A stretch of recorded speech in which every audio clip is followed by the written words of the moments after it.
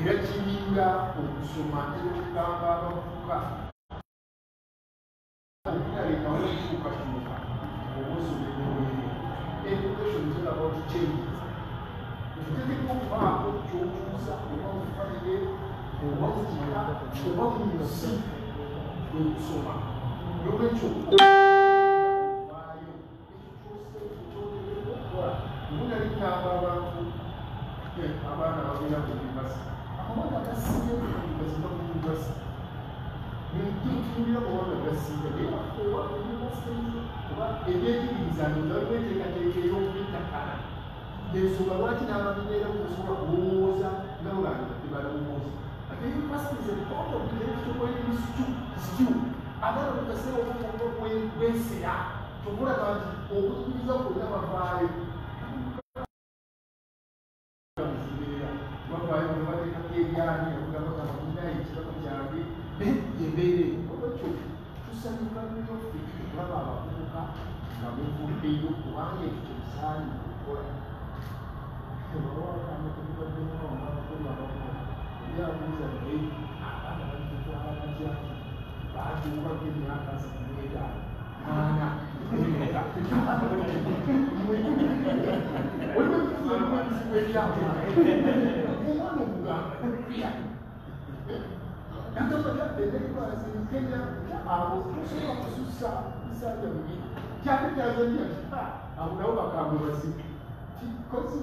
Uganda ana ebisiku naye bale tusanyuse nnyo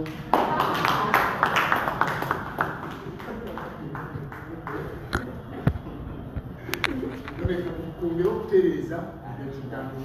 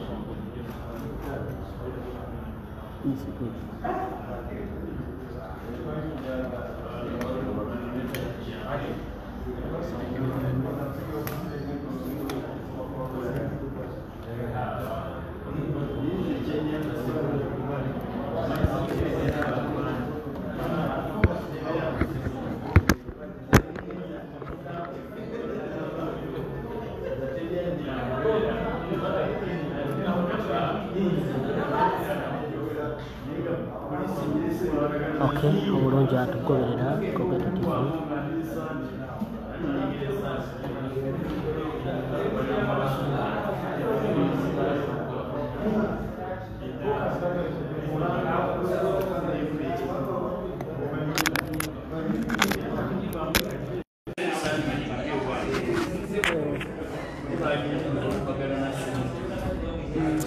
Mulungi atugobera ku Kobeta TV eno ye boardroom awasuubirwa ensinkano eri publicly viewed.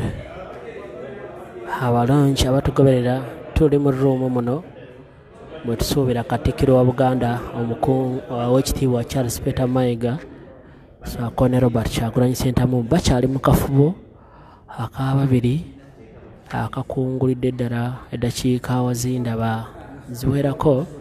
Tugenda mu ssaawa emu n'ekitundu okuba etatusano. Abakulu bano bakyagenda mu maaso n'okwogera.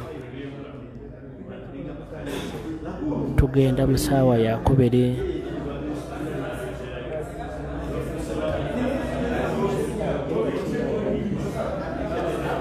Tugenda mu ssaawa yakubiri ng'abakulu bano basinkanyeemu. Oluvannyuma bagenda kujja hano mu maaso boogereko eri abakungu. Tulinda kiki kye bagenda okwanjulira eggwanga kye boogeddemu wali munda. President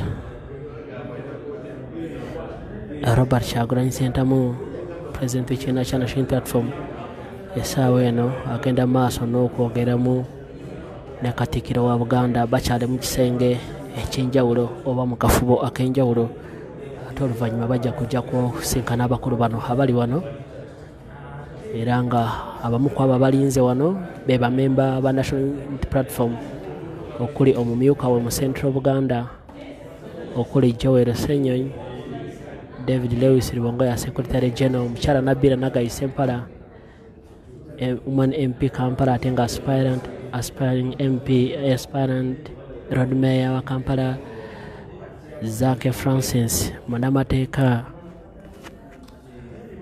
Segona akalya amagwa wali nnyo Alhaji Kasibwe Bashir Mbaziira okuva wali mu Kawempe wali nnyo Chairman Nyanzi Central Buganda Central Kampala Central omukyala Joyce Baagala okuva wali Emityana, Aisha Kabanda okuva e Butambala, Alex Waiso omufumbiro okuva mu Eastern Uganda, ssaako ne munnamateeka Shamim Marende. Abakulu bayingira.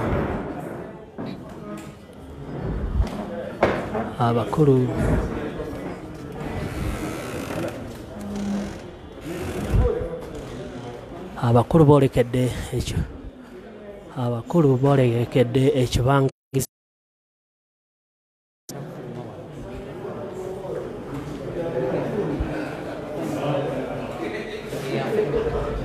Abakulu bagenda kufuluma. Badde basuubirwa okuyingira wali mu room naye badde basuubirwa okuyingira wano naye kirabika enteekateeka ekyuseemu. Bagenda kufuluma nga boolekera ekibangirizi kya bannamawulire wali wansi.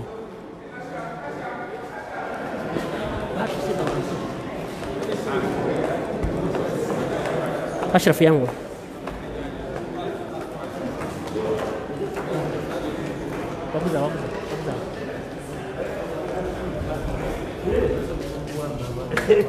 abakulu ababiri oluvannyuma lw'akafubo.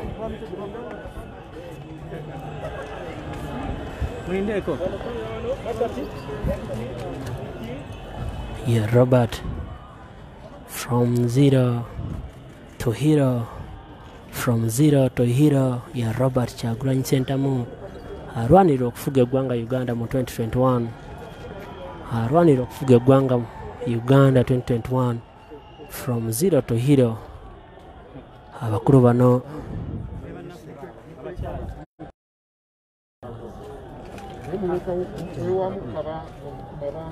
abakulu ekifaananyi ekyebyafaayo ekifaananyi ekyebyafaayo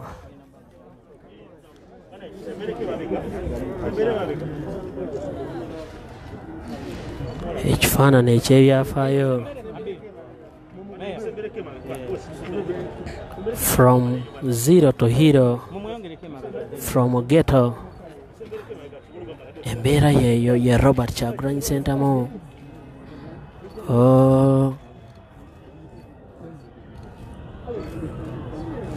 Akafubo k'abakulu akamalidde ddala essaawa 2.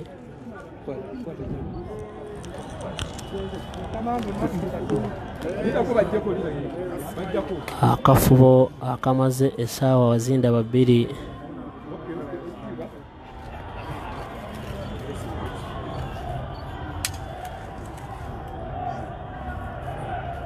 From 0 to hero.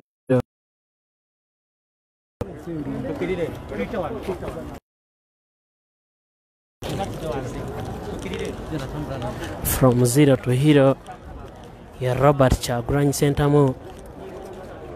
From 0 to hero.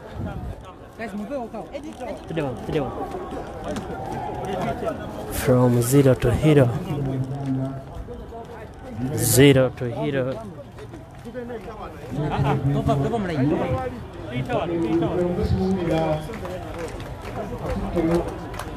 0 to hero.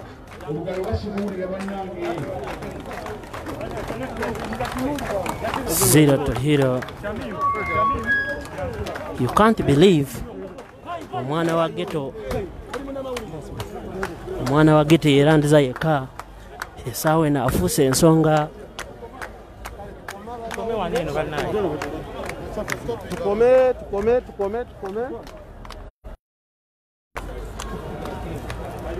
From 0 to hero.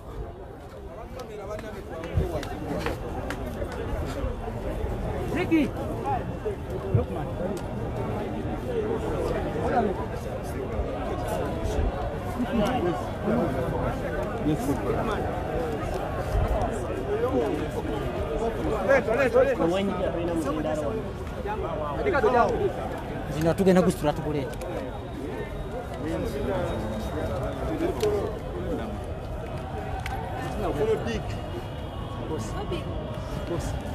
Ekitiibwa kya Buganda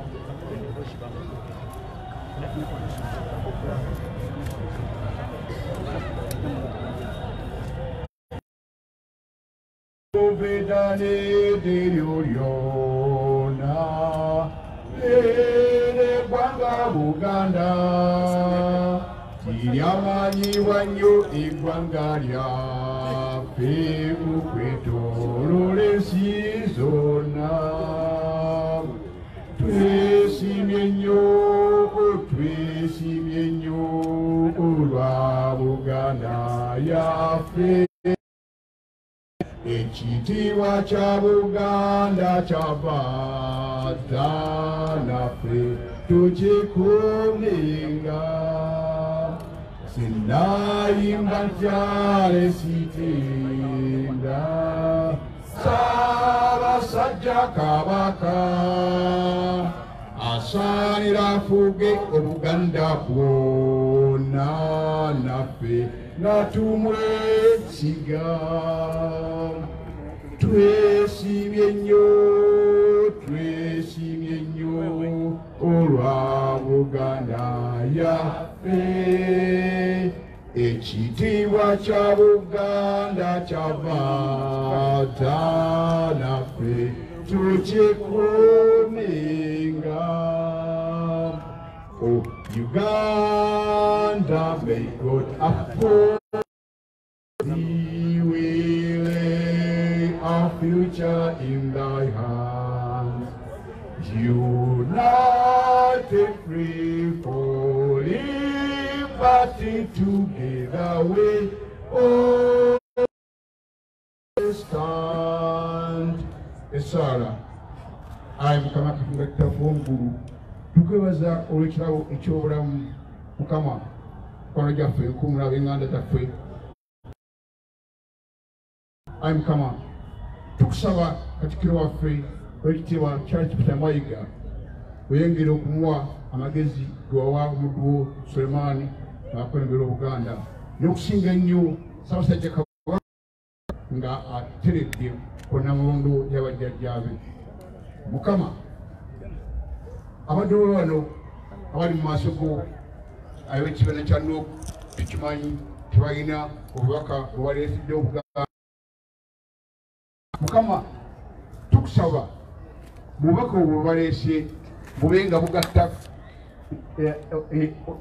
mubenga tugattirako ku nsonga nsonga ettaano ez'okukalakanya Obuganda awamu ne Uganda. Mukama Yesu Kristo. Amen.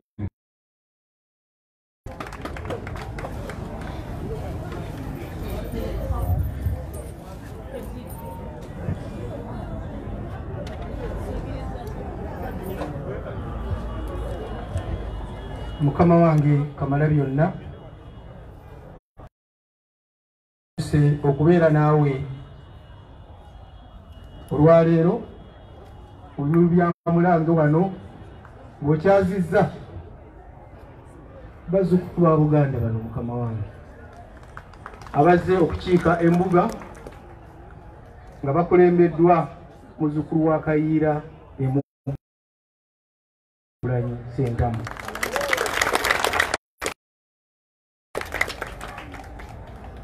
Mukama wange Minisita wa Ssaabasajja Kabaka ow'ensonga z'amawulire, ensonga za kabineti ez'olukiiko Noah Kiyimba waali wano. Mukama wange waliwo abateewalika kwanjula basaafa irudda ndowooza. Mukama wange ow'ekitiibwa Mpuuga Mathias Ntamba ekitiibwa kyayita nakyo okayongereza kya Honorable. Ow'ekitiibwa Medard Lubega Sseggona akali amaggwa n'ekya Honorable nakyo Mukama wange ayita nakyo. Abo baana ba wano bwe luba lujja wano basambira omupiira ku buli ludda we bandyagadde okusambira. Tubaaniriza nnyo wano Emmengo kubeera nti balwekedde muzzukulu wa Kayiira. Mukama wange Nazzikuno musajja wa Kabaka bwe yabanga agenda mu lutabaalo yaloopanga embuga, era nga waloopa embuga Kabaka agaba obugabe. Awo nno omusajja we n'agenda n'atabaala n'awangula ebyalo n'awangula ebitundu. Ndowooza munono n'embuwangwa bwaffe muzzukulu wa Kayiira Emugulu azze Mukama wange kukwata kifo kya bugabe agenda atabaale. Mukama wange nsabamu ajje oba ajje Mukama wange alambike bw'anaatabaala olutabaalo luno Mukama wange Ssaabasajja Kabaka awangaale.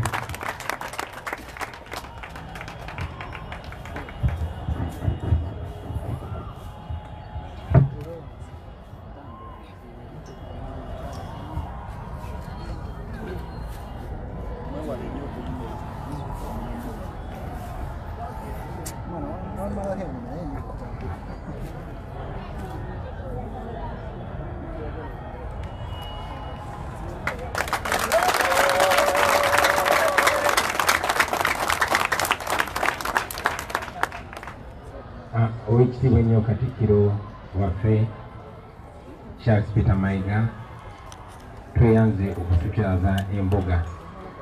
Nze musajja wa Kabaka eyayatiikira ennyo ng'omubanda wa Kabaka Kyagulanyi Ssentamu Robert abangi gwe bamanyi nga Bobi Wine. Sebongera ndi muzzukulu wa Kayiira Emugulu mutabani wa JW Ssentamu Ewasinda muzzukulu wa Yosefu Walakira eyebase Buboole muzzukulu wa Siteri Ssentamu eyebase Kannabulemu muzzukulu wa Kitya Bunyoro era ng'oyo Kitya Bunyoro yali mugabe muzzukulu wa Kayiira Kamalabyonna muzzukulu wa Nabembeze. Mukadde wange mperekeddwako omumyuka wange mu kitundu kya Buganda era nga Owekitiibwa Mathias Mpuuga era nga mperekeddwako Owekitiibwa munnamateeka waffe Nakinku Medard Sseggona ng'era ssebo mperekeddwako Ssaabawandiisi waffe omukulu David Lewis oyo ng'ava mu Ankole era nga mperekeddwako Hajat Aisha Kabanda nga ye mumyuka wa Ssaabawandiisi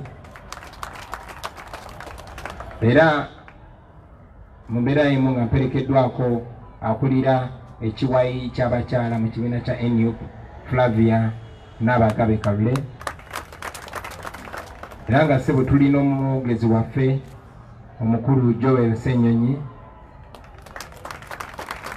era nga tuzze n'omu ku bakulembeze baffe Honorable Nabila Nagai Sempala nga naye yeegwanyiza kukulembera kibuga kino. Mukadde wange nzikirize era nkwanjulire musajjawo era muto wange bwe tulinnya mu kimu Francis Zaake Kaawonawo.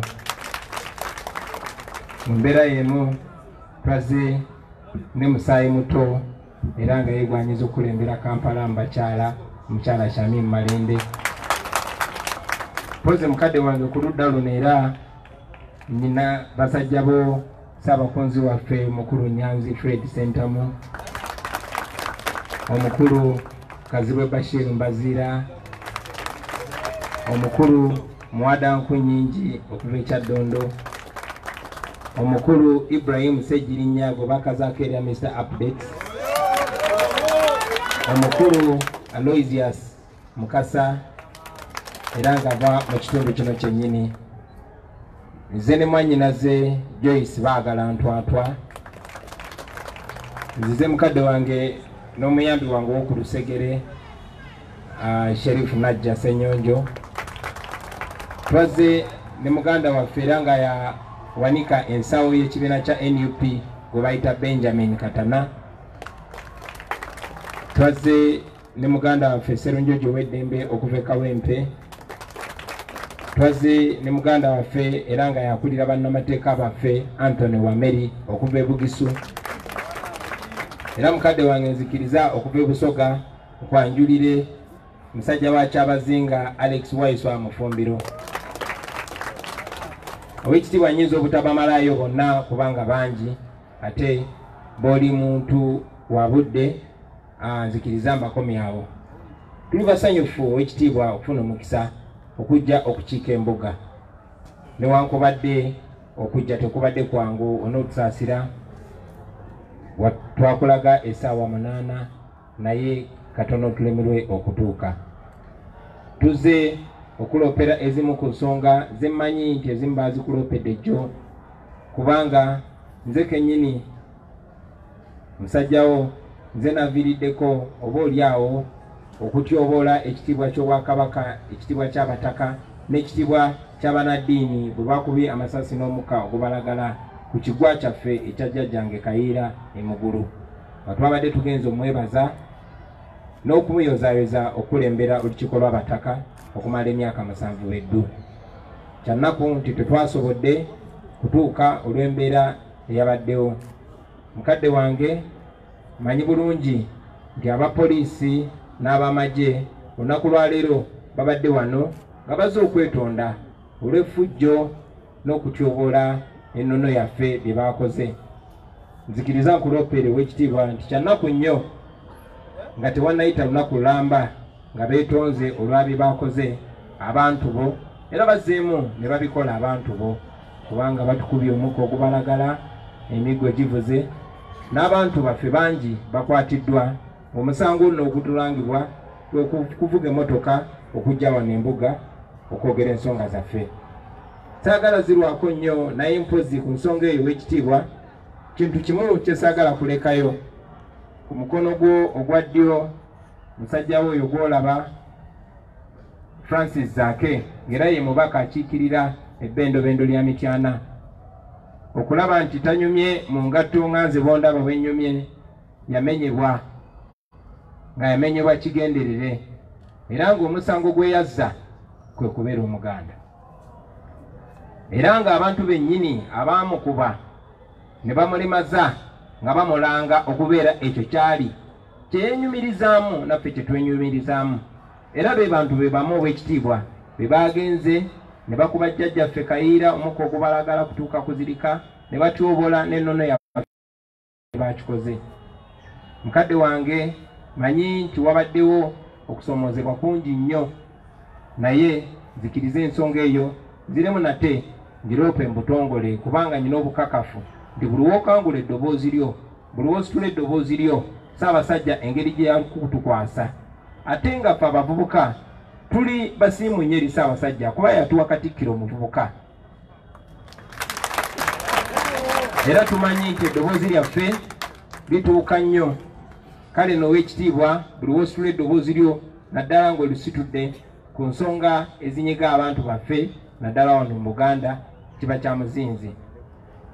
Bannaffe babadde nga beeswanta nga baagala eddoboozi live Mengo, live mu Ekereziya Katolika, live ne mu bakulembeze bonna abatutwala. At least balabe ng'abantu abakoze ebikolobero ebifaanana bwe bityo bakubibwa ku nsolobotto. Tukimanyi bulungi nnyo nti bazze ne beetonda, era omuntu teyeetonda nga takoze ensobi. Ne Mukama wange tulina amateeka agatutwala mu ggwanga lino, era twongera ogatta eddoboozi lyaffe ku abo ababadde basaba nti waakiri abantu abo nabo bavunaanibwe mu mateeka, kubanga uniform gye bambala yakukuuma amateeka. Mukadde wange tumanyi nti eddoboozi lyo bwe lyegatta ku maloboozi amangi ag'abaana ba Buganda n'abaana ba Uganda bonna, tujja kufuna obwenkanya. Mu ngeri y'emu mukadde wange, ensonga newankubadde tufunye omukisa ne tugikwanjulira, nzikiriza ngikwanjulire mu lwatu nti nze Kyagulanyi Ssentamu muzzukulu wa Kayiira nzize embuga okuloopa olutabaalo. Mukadde wange nze ayimiridde maaso go, ngenda kwesimbawo okulembera eggwanga lyattu lino Uganda. Tufunye obuwagizi okwetoolola Uganda yonna. Abaana b'e Busoga tetwagadde kujja n'abantu bangi nnyo, abaana b'Ankole, abaana b'Omwakyoli, abaana b'e Bugisu, n'okwetoolola eggwanga lyonna bazze batuwa obuwagizi. Naye kitukaka ati ate gye tuva ewaffe Buganda mwatu ate batuwagira nnyo. Mu mbeera eyo mukadde wange, zikiriza mu butongole mpaabe olutabaalo. Mu nnono yaffe tumanyi nti emikisa tugijja mbuga, era bwe kuba kwe kusiima kw'ekitiibwa mbe wano ng'omukisa ogwo n'emikisa gy'abajjajjaffe nyenze nagyo. Ow'ekitiibwa mmanyi nti waliwo ensonga enkulu ezibadde zibubbya abaana ba Buganda omutwe okumala ebbanga lyonna, naye bwe ndi nti neetoolodde Uganda yonna ng'abaana b'e Busoga balina ensonga, era navaayo nga mbasuubiza nti ensonga za Busoga bazikwase Kyagulanyi. Ne ngenda mu Ankole ne tukkaanya, ne nva mu Ankole ng'ebizibu by'omu Ankole babikwasiza Kyagulanyi. Mu Arua, mu Mambuka, Mwakyoli ne Mulango ebizibu byabwe naddala abavubuka ne babikwasa Kyagulanyi. Mu Lwenzululu, mu Tolo n'ebitundu ebirala ebizibu byabwe ne babikwasa Kyagulanyi. Njagala okweyama maaso go ne maaso g'Obuganda nti n'ebizibu bya Buganda bwe ndi mwana wa wano siyinza kubibuusa maaso. Kale nno abaana ba Buganda bwe banneesiga ng'abaana ba Uganda bonna bwe banneesize, bajja kuba tebatumye wabula bajja kuba beesitukidde. Mukadde wange nzikiriza mu mbeera y'emu ate njogereko n'abaana ba Uganda n'abaana ba Buganda ku nsonga ezimu mukadde wange zitwogeddeko. Ensonga ey'Abannayuganda ababadde nga beemulugunya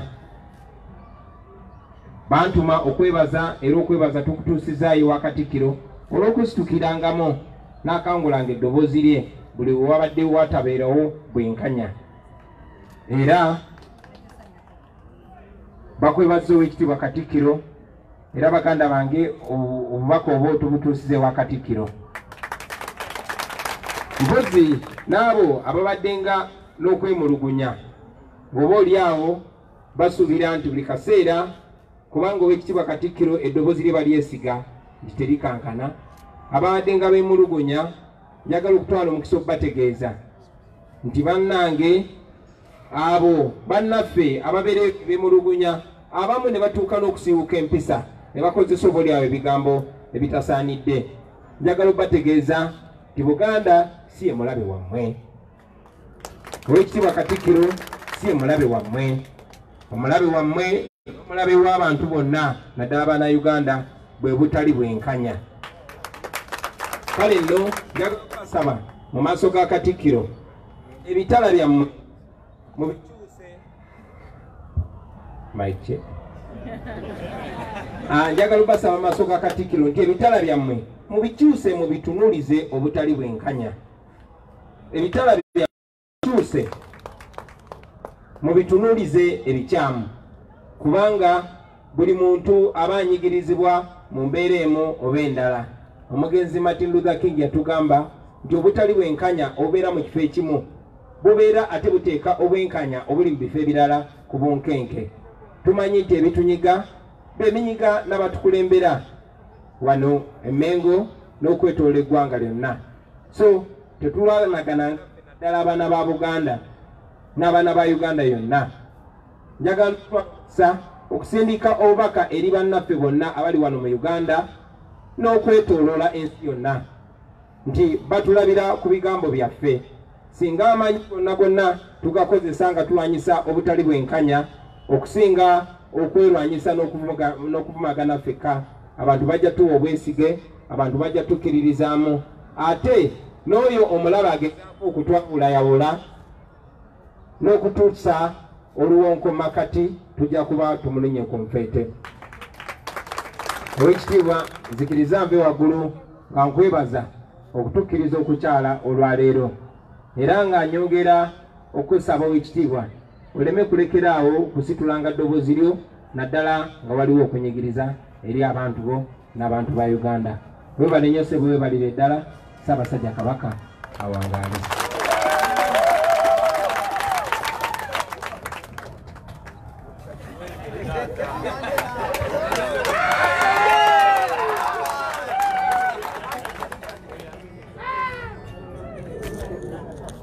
Mukama wange Kamalabyonna, musajja wa Kabaka, omubanda wa Kabaka, muzzukulu wa Kayiira, emugulu bwatyo bwaweze. Mukama wange sinna kuyita saba onzikirize nkulaga abantu babiri kwa nabo mu lutabaalo gye bali. Alan Mayanja Ssebunya abadde mwogezi wa Buganda Youth Council. Alina Kaseke naye engabo naye agirumizza mannyo. Agavaayo gagamba ensolo ku kizigo bweri. Musajja wa Kabaka Walukaga Mathias Kamaye mugombola mwensula mwenva naye bwagagala okutukulembera Mukama wange abukamba kulagira wamu n'ebyo Mukama wange kusaba okkirize ogyogere eri abantu ba Ssaabasajja Kabaka bakuŋŋaanira.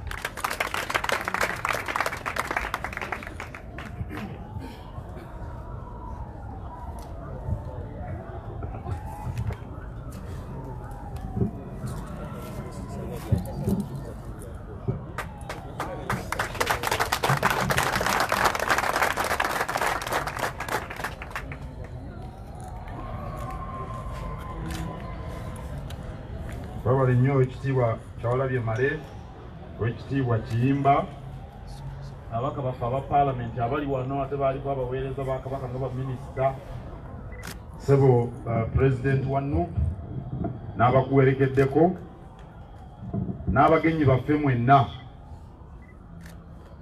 Nsanyuse okubalaba mu luggya lwa Bulange olwaleero. Nsanyukidde ddala, mbadde sibalaba ne ŋŋamba oba babadde ki, naye kasita mutuuse. Wano mu Bulange mu mbuga enkulu ey'Obwakabaka twaniriza abantu bonna abalina endowooza z'ebyobufuzi ez'enjawulo. Twaniriza abantu abagoberera eddiini ez'enjawulo. Twaniriza abantu ab'amawanga. twaniriza abato abavubuka n'abakadde wano twaniriza abantu bonna bwe baba bassa ekitiibwa mu Ssaabasajja Kabaka n'Obwakabaka bwa Buganda. Emabagako katono awo nayaniriza abakulembeze b'NRM. Leero twaniriza Honorable Nyine Nuupu n'ab'ebibiina ebirala nabo bali mu kkubo era tujja kubaaniriza. Nkukulisa emisango egiwedde olwaleero ndobati. Ebintu mu Uganda tusaana kubiyisa mu nkola y'amateeka. Era ekyo kibadde kirungi nti bitambulidde mu mateeka. Emirundi mingi tukubiriza abantu okwetegekera ebiseera eby'omu maaso. Bwe tuba ab'okwetegekera ebiseera eby'omu maaso tulina kutandika kati kubanga ekiseera eky'omu maaso kitandika leero. N'olwekyo kirungi abantu abakyali mu myaka emimpi okwettanira obukulembeze.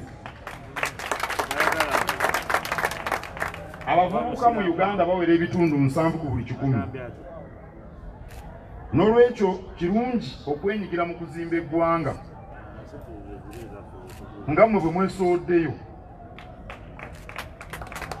Kyokka obukulembeze tusaana okubugendamu nga tuzze n'enteekateeka eneeyanukula ebizibu ebyolekedde eggwanga. Obukulembeze tekitegeeza kitiibwa. Obukulembeze tekitegeeza ntebe nnene. Obukulembeze kitegeeza kutema mpenda ezivuunuka ebizibu. Weebala akitegedde n'akuba mu ngalo. N'olwekyo abeeyagaliza ebifo eby'enjawulo twagala okuwulira eddagala lye bajja nalyo. Bwe ziba nsonga za bukulembeze obutambulira mu mateeka n'ebiragiro, kooti ne poliisi zinaanogerwa ddagala ki? Bwe buba bukulembeze buluŋŋamu, abakozi ba gavumenti banaddizibwamu batya amaanyi. Sente zifulumira mu miwaatu emingi zinaataasibwa zitya? Enguzi eneerwanyisibwa etya? Bwe biba bya bulamu na byanjigiriza binaatereezebwa bitya? Bwe kuba kulwanyisa bwavu, abalimi n'abavubuka bagenda kukolebwa batya? Tunaatuusa tutya amazzi, amasannyalaze n'essimu mu buli kyalo? Njogedde ku ssimu kuba kati ensi etambulira ku mutimbagano. Omutimbagano guyita mu ssimu. Ensonga za Buganda Ssemasonga 5 munaazikwata mutya?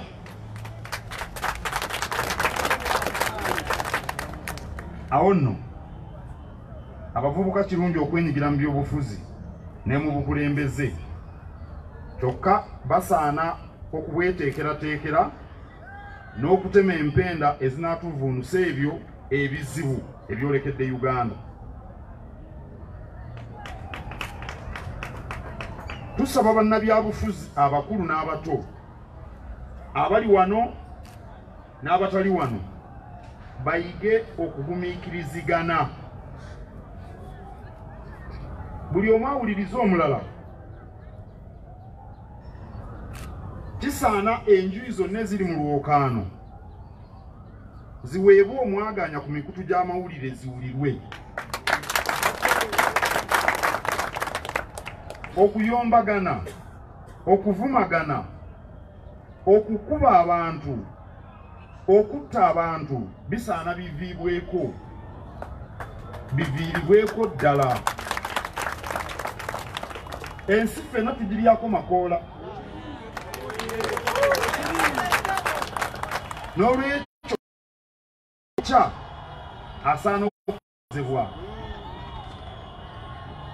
Bwe nakyaza wano ab'NRM nabasaba okulonda kwa bonna okwa Uganda kube kwa ddembe, kwa mazima n'obwenkanya. nakibasaba kubanga kyekibiina ekiri mu buyinza era kyekivunaanyizibwa okulaba nga okulonda tekutabangula nsi era nga bannayuganda balondera mu mbeera gye beesiga.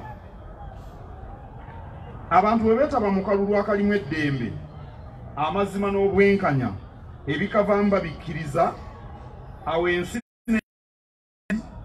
nedda kuba omuntu wa bulijjo.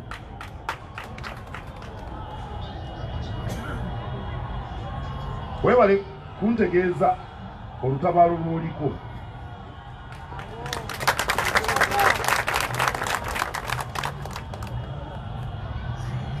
Kaakati nno benga obwakabaka abantu ab'enjawulo bajja ne bantegeeza olutabaalo. Kankozese ekifo ekirina omuntu eyeegwanyiza ow'Engeye, Honorable Nabbira Naggayi.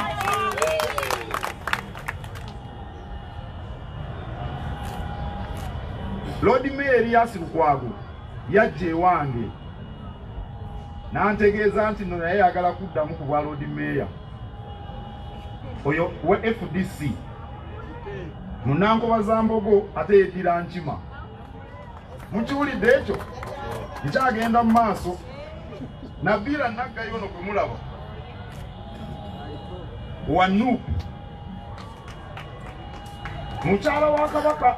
Ebyettofaali Mwankole twabirimu n'alikuŋŋaanya Mwankole eyo yeddiranga ye mu Nkenga. Mayanja kamiliyoni oba talina kibiina simanyi bulungi naye yeddiranga bikkojjange. Waliwo n'agambye nti muyimbi mulungi. Charles Senkubuge siasa wa DP yeddira Mpeewo,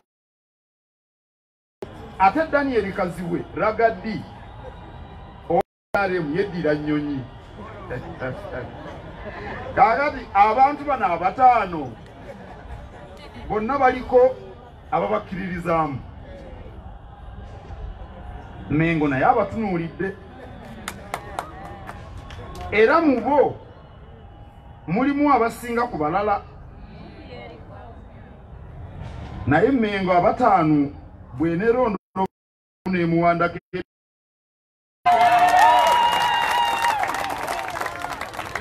bw'eneerondo bayo omu n'emuwandako eddusu olwo bali abana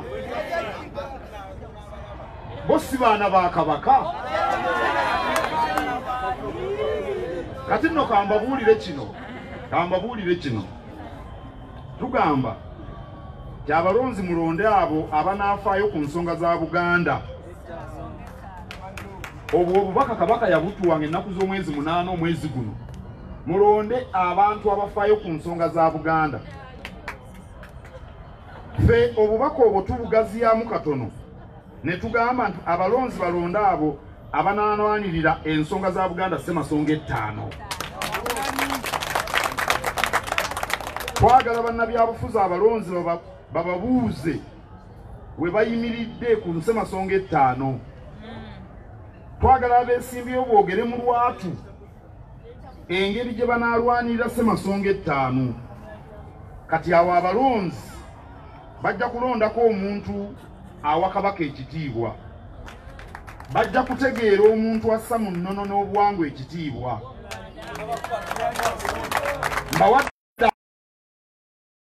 Mbawadde akatiba ke muba mukozesa nga mulonda abantu. Kubanga Kabaka talina baana na byana. Mwenna muli baana be. Kyemuba mulabanga mwenna mbaaniriza wano. Era ategedde Mukama, ategedde ensonga akubire Mukama mu ngalo. Njagala kwogera ebigambo bino mu Luzungu waleme antaputira bye ŋŋambye. Bagenda babitaputaputa ne bampa ebigambo by'essaayogere. Here at the Kingdom, we welcome all people of all shades of political opinions, of all religious affiliations, and of all nationalities, but on one condition: that they respect the Kabaka and they acknowledge the heritage of the Kingdom of Buganda. Only recently, we welcomed the NRM leaders. Today, we welcome the newly confirmed leaders of NUP, led by Honorable Kyagulanyi. If we mind the future, and we should mind the future, we must prepare today, for the future is now. It's therefore very crucial that young people who constitute 70% of the population get involved in leadership matters. It's extremely crucial. However, leadership is about initiating solutions for the challenges we face. It's not about positions or titles. So young people who are ought to tell us the solutions that they bring on board. If it's the rule of law, what proposals do they have for the police and the courts? The performance of the security forces? If the challenges rotate around governance, how are civil servants going to be handled? How are they going to be inspired, motivated? How will wastage of resources be dealt with? How will corruption be stopped? It's about health and education. What are the answers? Especially for the young people and the farmers, people in the villages, how are the aspiring leaders going to create jobs and boost agriculture? How are the aspiring leaders going to ensure availability of water, electricity and telephony throughout the country? How do you plan to deal with the Buganda question? How are you going to handle Buganda's 5 aspiration objectives? So my friends, I think such are the kind of questions for which aspiring youthful leaders must provide answers. The Kingdom of Buganda urges all political actors, the seasoned ones and the new entrants, to respect each other. Let's listen to one another. We should not talk down to each other, but we should listen to one another. Let all political players be accorded the same opportunities to communicate their messages to the voters through the media channels. Abusive language, physical fights, killings, and general violence must be abandoned completely. We can only reap only so much from planet Earth. So we should desist from destructive practices that only make life harder for all citizens. When I hosted the NRM delegation, I told them that as the ruling party, they have a duty to ensure peaceful, free and fair elections. If the electoral process is peaceful, free and fair, the voters will accept the election results. We do not wish to endorse political candidates because it's unwise to endorse a given candidate against the others. However, we advise the voters to look out for the candidates who are ready and willing to stand up and defend Buganda's 5 aspiration objectives. Every aspiring candidate ought to tell the voters how he intends to go about the Buganda question. Ndoza kasamari kamala ako mulabi mutya. Kasukali keko watu wabiremu.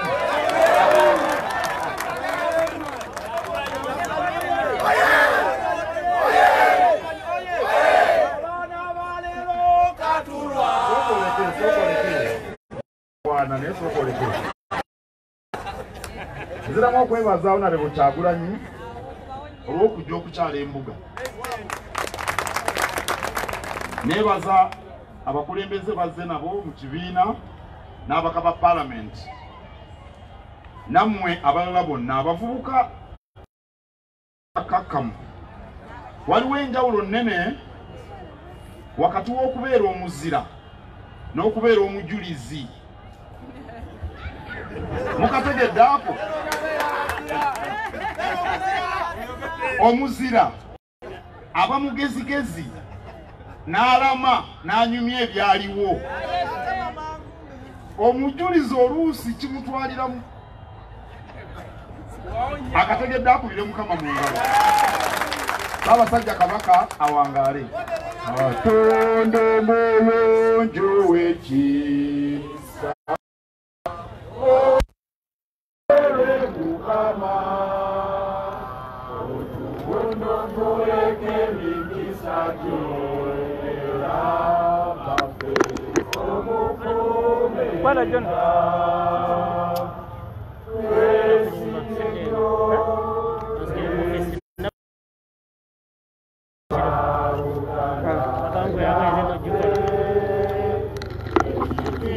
Chabukanda chapana tuchirumika Kabaka wangale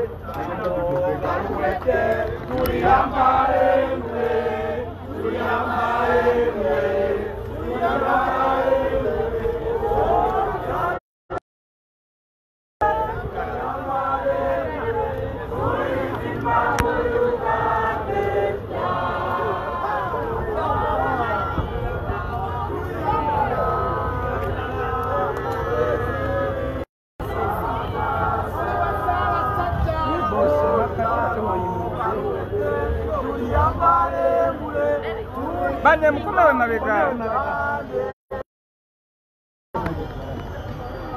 People power. Our power.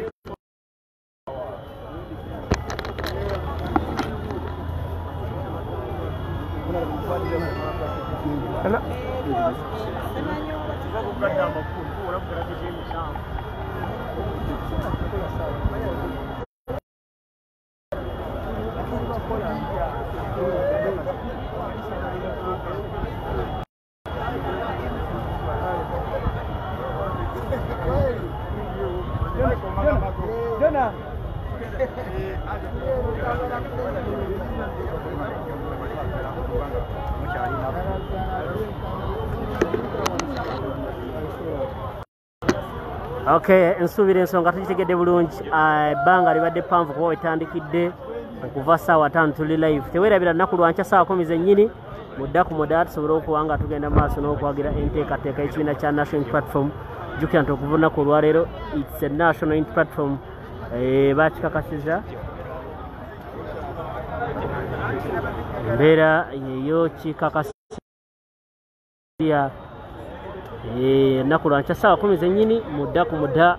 Twagala kwebaza bonna abayimiriramu naffe mukyala Daphne Kyakunzire. Embeera bwabatuukangako baganda bange mutulabiranga ddala embeera bwetyo bwetugitambuza gwe kibaleemu okuva ssaawa 4 tuyimiridde tuli live tetunaba kuvaako. Ago ge maanyi gammwe, ago ge maanyi gammwe.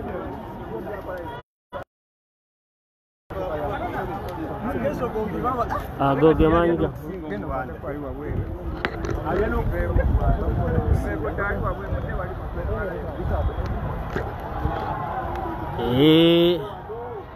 Anytime from now, empologoma y'emagere efuluma olubiri lwa Ssaabasajja wano mu Bulange Mmengo.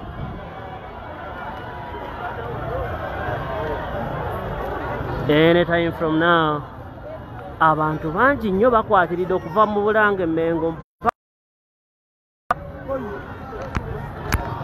Abantu bakwatiridde, abantu bakwatiridde, abantu bakwatiridde nga bwe byali mu ntandikwa ne kati bwe biri.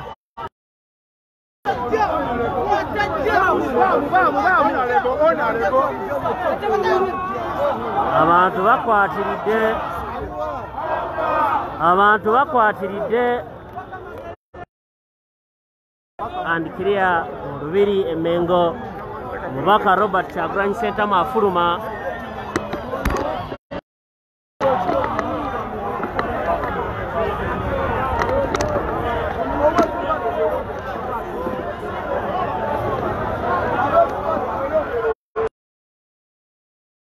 down.